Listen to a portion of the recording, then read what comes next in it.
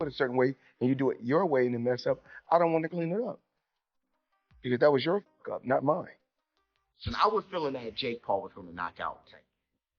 This press conference made me feel a little bit more confident about Tank.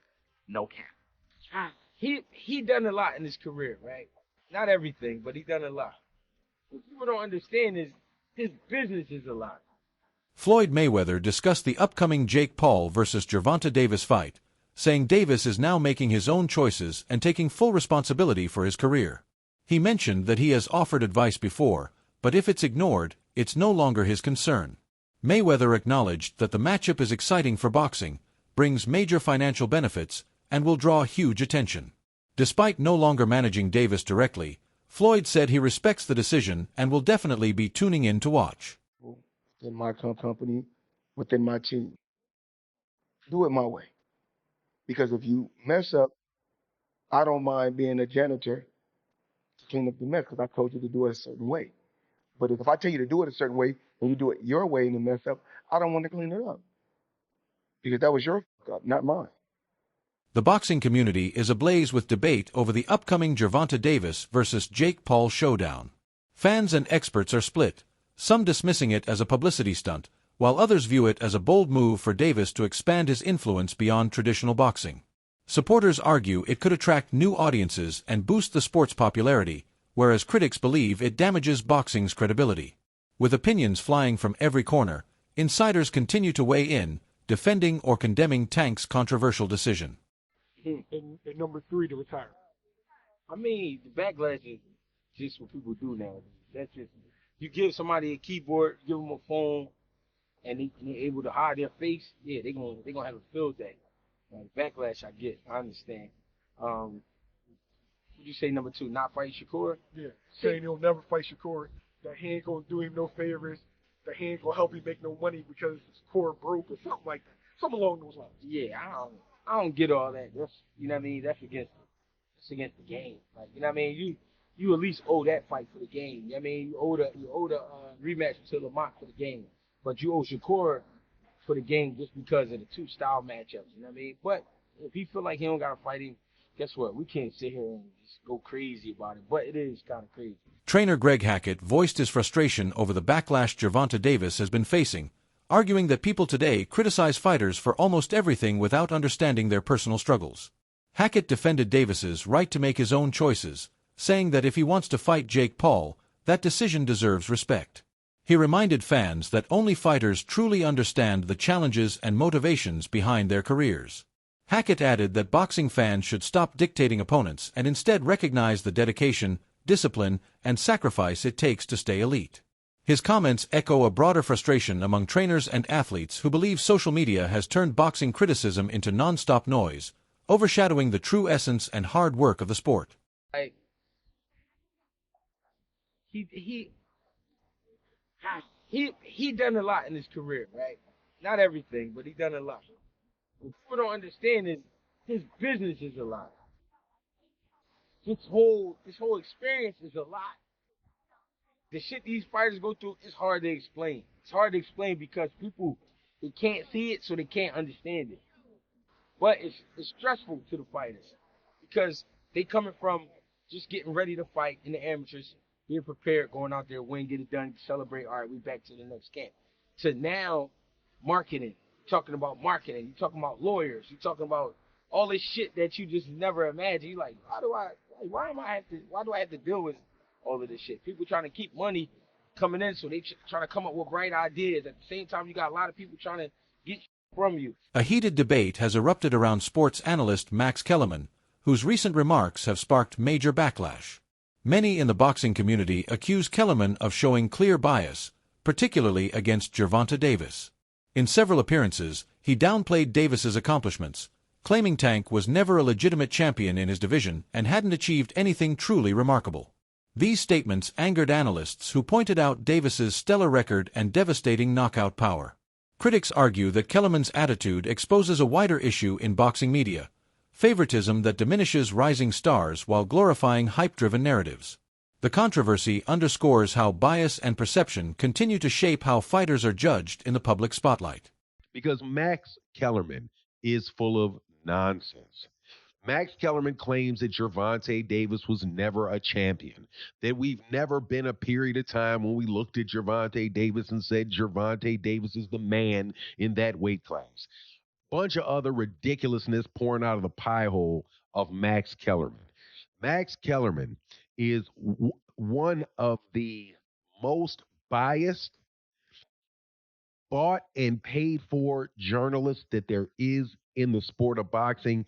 And to have him back talking again on and giving his opinion again about the sport of boxing, I promise you, is not a good thing. But let's analyze what he had to say about Gervonta. That Gervonta was not ever a champion. That is ridiculous because Gervonta Davis was a champion for the IBF at 130. He was a WBA super champion at 130. He is currently the reigning WBA champion at 135. And there is no other champion in the division for the WBA at the moment. He is the only WBA champion that there is at 135.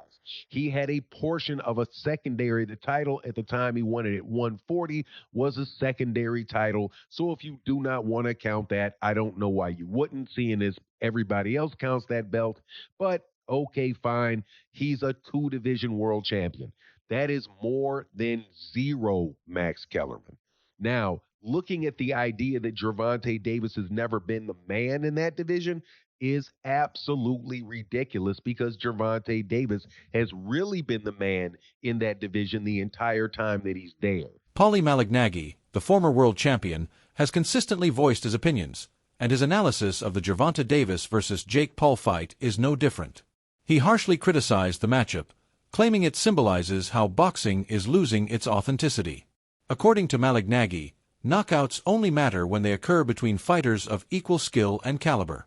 He argued that these manufactured bouts mislead casual fans into believing they're watching true competition.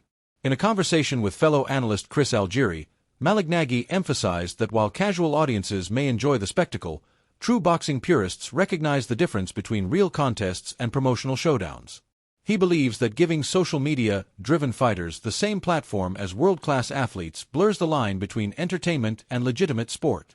His strong words highlight the growing tension within boxing, a clash between tradition, credibility, and the pursuit of mainstream attention. Knockouts, dude. Knockouts. People like knockouts. They don't care if you're knocking out cab drivers. Look at Jake Paul's career. You can manufacture that, though. You can manufacture knockouts. You can't manufacture. To a degree, you can. To a degree. I mean, Gervonta legitimately cannot get knockouts. I agree. He can punch, but there's a lot of limited knockout artists, though, man. He's one of the least active punchers in the game with the highest knockout percentage of current heavyweights. But if he was a real knockout artist, current champions. If he was a real knockout artist, prop him up against the best of the best. Felix Trinidad was a knockout artist. He was knocking out the best of the best. If you're a real knockout artist, prop him up against the best and show us how he smokes them. But the way we did when Felix Trinidad was doing it. You know, the way Felix Trinidad was doing it in his prime. Okay, say what you want about the Mike Tyson era. He knocked out everyone from 1986 to 1989. Everyone got knocked out. Everyone. Well, by your standard, you could say that Tyson was to a degree manufactured. No, because everyone was there. Everyone that was there. Teddy Alex will 100% agree with this. With the expense of Witherspoon. We're afraid of with the exception of Witherspoon. No, but they all doesn't matter. He knocked them all out. There was nobody you could say in that era except maybe Witherspoon, who I contracted. The same thing about who had contract issues with King at the time. Except for Witherspoon, there is nobody Tyson didn't fight in that era. He knocked them all out. You can't say like, oh, but if he would have fought that guy, I don't know. No, with Davis, there's guys right now that have been hanging around for years. Yo, dude, when you gonna fight them? The lightweight division was stuffed with talent. Even at 130, it had a lot of talent when he was there. Didn't fight almost any of them. So it's not the same thing as the Tyson era. You want to say anything about Tyson era? Fine. It wasn't as high level or something. He still knocked out everyone. As the dust settles and opinions continue to clash, one thing is clear: the Gervonta Davis versus Jake Paul showdown has become far more than just a fight. It's a cultural phenomenon shaking the foundations of boxing itself. From legends like Floyd Mayweather stirring headlines with his own ambitions to analysts debating whether this matchup represents evolution or exploitation, the sport stands at a crossroads between legacy and entertainment. Gervonta "Tank" Davis carries the weight of tradition, skill, and respect for the craft, while Jake Paul represents the flashy, unpredictable energy of a new generation built on social media fame and global marketing. Whether you view it as a circus or a masterstroke, this event has reignited worldwide interest in boxing, drawing fans from every corner, old-school purists and modern thrill-seekers alike. Tank's calm confidence and elite fight IQ promise that when the bell rings, all talk will fade, and only skill will speak. Love it or hate it, this battle defines the era we're in, where every punch thrown echoes beyond the ring, shaping the future of combat sports. If you enjoyed this breakdown, don't forget to smash that like button, hit subscribe for more electrifying boxing updates, and share this video with your fight family.